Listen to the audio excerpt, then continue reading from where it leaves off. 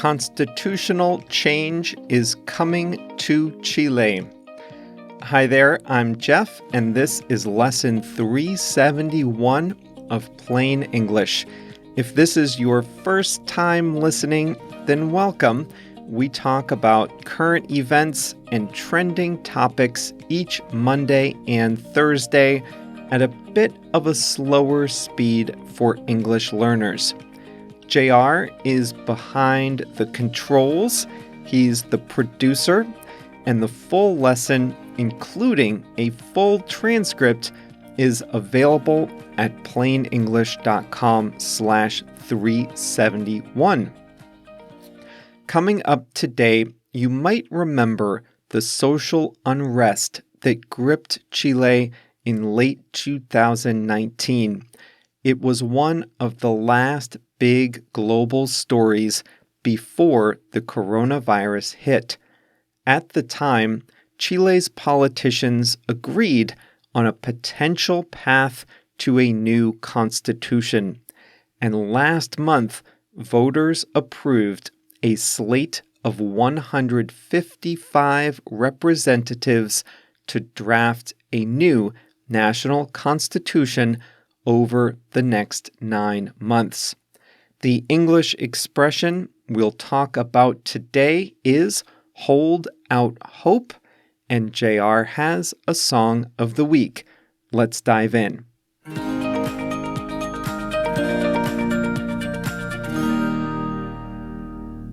Constitution writing used to be a popular pastime in Latin America.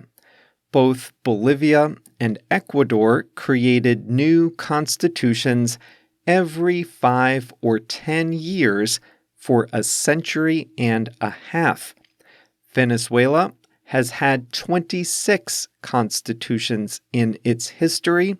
Peru has had 12, Colombia 10, Brazil 7. But constitution writing has fallen out of favor lately. Stable democracies don't constantly need new constitutions. Neither do strongman leaders who bend and break the rules with impunity. Just 3 new constitutions have been adopted in South America in the last 25 years.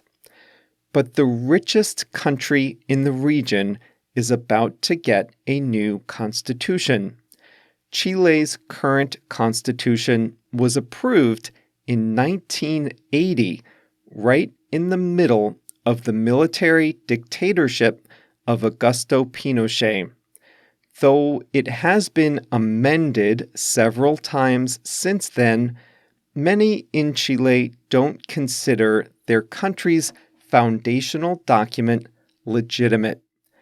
The drafters of the Constitution were handpicked by Pinochet and his allies, and the vote was far from free and fair. Despite that, though, the Constitution has functioned. In recent decades, right and left-wing parties have alternated in power. Elections have been free and fair. Political transitions have been peaceful. A former president now serves as the UN High Commissioner for Human Rights. Chile grew to be the richest country in South America and is one of just 3 Latin American countries in the OECD. But resentment of the Pinochet-era constitution has long lurked beneath the surface. That resentment boiled over in October 2019 when Chile experienced the worst social unrest since its transition to democracy 30 years ago. The immediate cause was a proposed rise in the subway fares.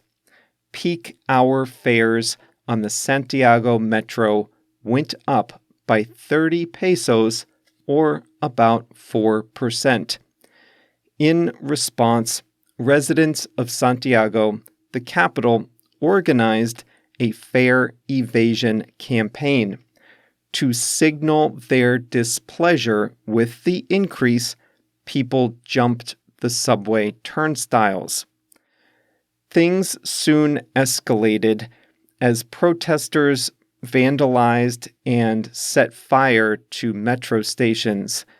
81 metro stations were severely damaged in the protests.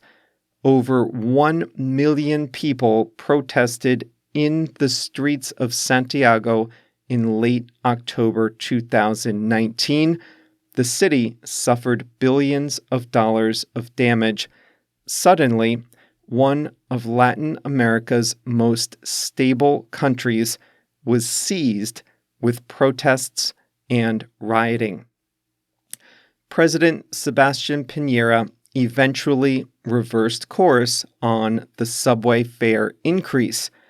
But as is so often the case, the anger about the subway fares was really about something much deeper.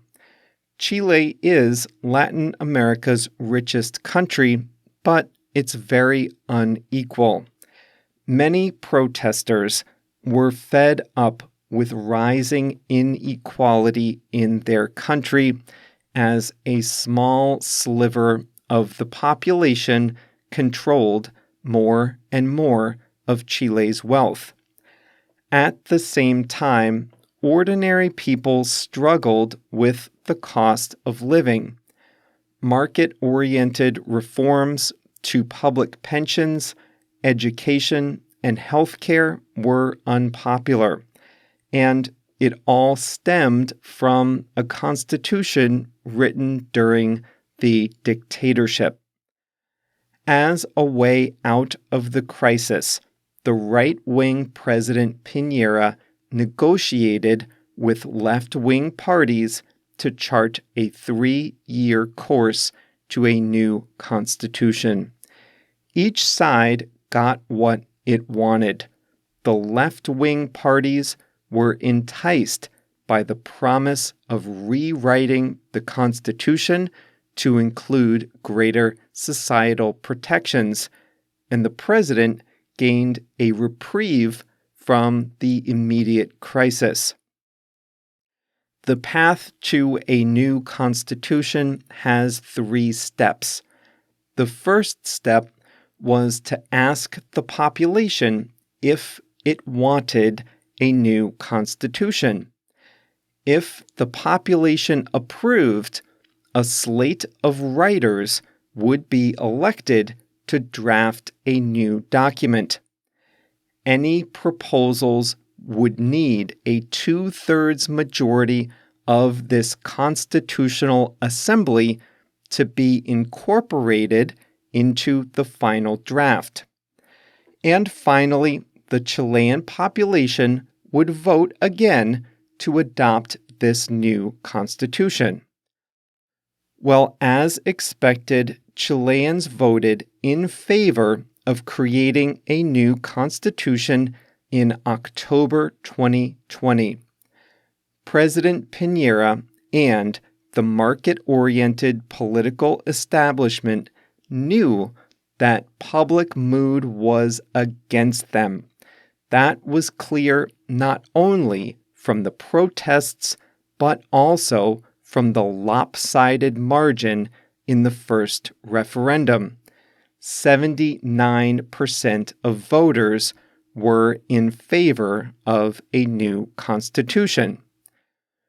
The president and his allies held out hope that their supporters would make up at least 1/3 of the Constitutional Assembly and therefore have the power to block the more extreme proposals of their left-wing colleagues.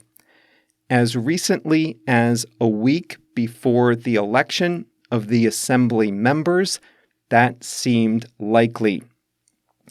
But it was not to be.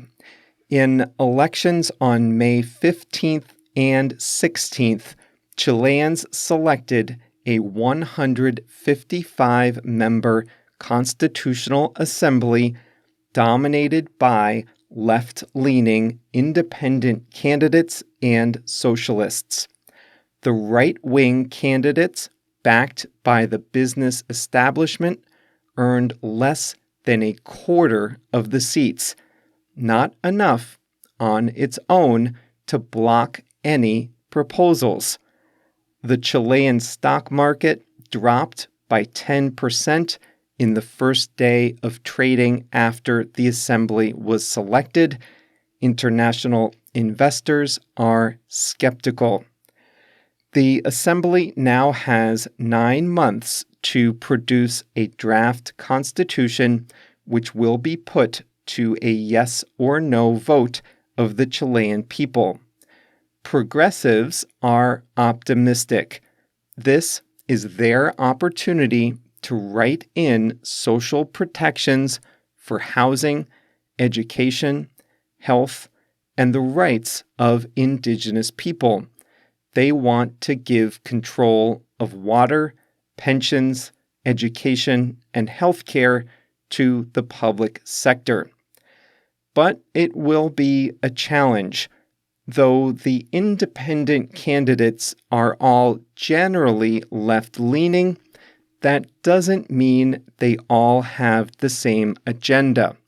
Observers predict it will be difficult to find consensus in such a large body of representatives. What's more, many of the representatives don't have political experience.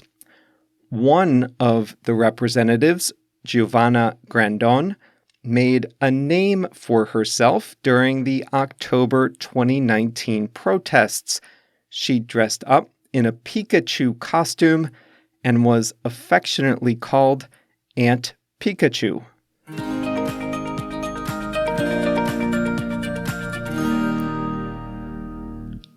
Here's a little constitutional trivia for you. The oldest constitutions in the world are those of the United States from 1788, Norway from 1814, and the Netherlands from 1815. The newest are from Cuba, Thailand, and the Ivory Coast. The longest constitution, this doesn't surprise me. The longest constitution is 146,385 words. That belongs to India. The next longest constitution after that is less than half as long. Nigeria's is 66,000 words. Brazil and Malaysia are also very wordy constitutions. Brevity is the soul of wit, said William Shakespeare. He might have liked living in Monaco. Its 60-year-old constitution is just 3,800 words. Iceland's is also brief at just over 4,000 words. The country with the most constitutions in its history, the Dominican Republic has had 30 since its independence in 1844.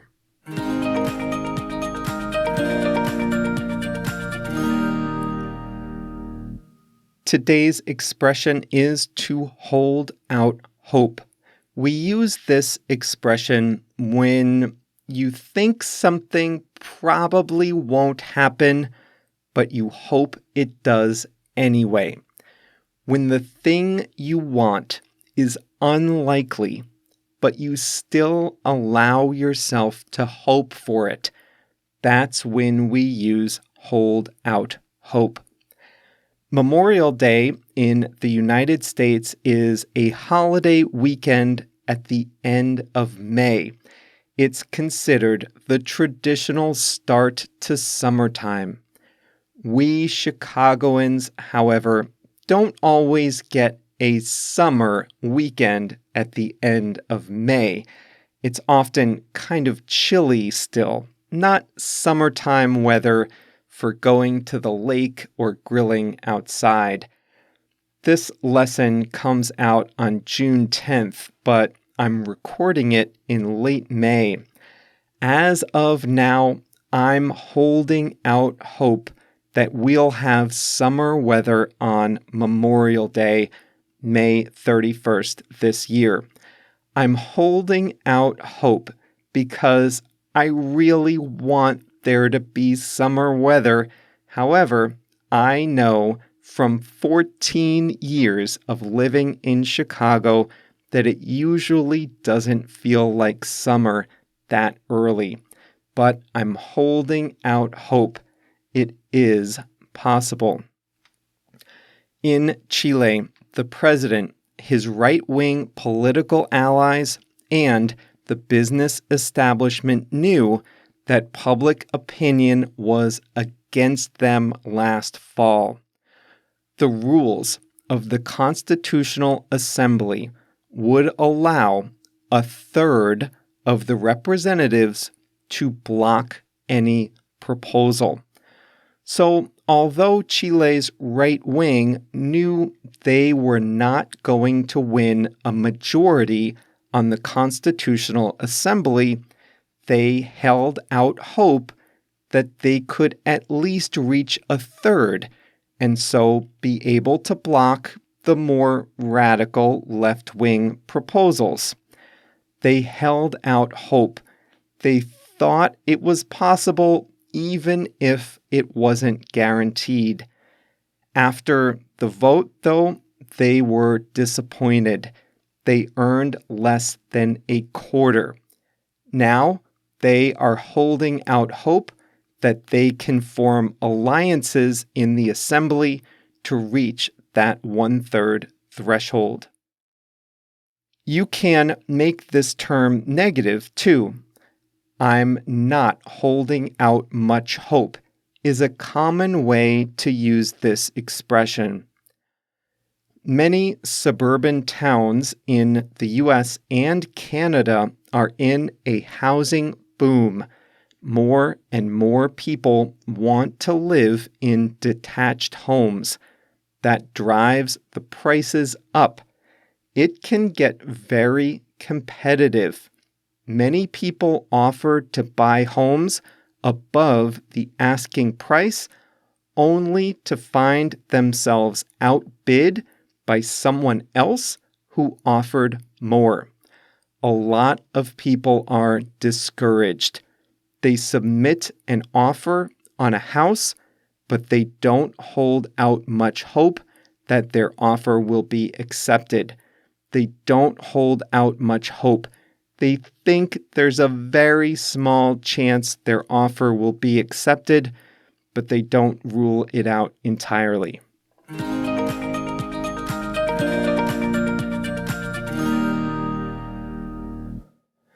Today's song of the week is Dissolve, the acoustic version by Abso Facto.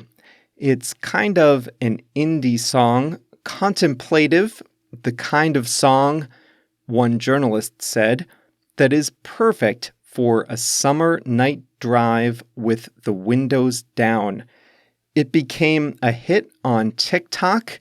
Even Jonathan Visger, i.e. Abso Facto, even he didn't know it was popular on TikTok. But the song was also associated with certain videos that triggered uncomfortable memories in survivors of sexual abuse. They then started complaining and associated Dissolve with that discomfort. The singer, Jonathan Visger, took personal control of the situation. He convinced a lot of video creators to remove their upsetting videos, and he created videos of his own that used the song in a more constructive way. So thanks to JR for that song of the week. dissolve by abso facto, and JR wants me to emphasize it's the acoustic version he has selected. And that's all for today. You've reached the end of another great plain English lesson. Remember, the full and complete lesson, including a full transcript, can be found at plainenglish.com/371. And we will be right back here on Monday with another lesson. See you then.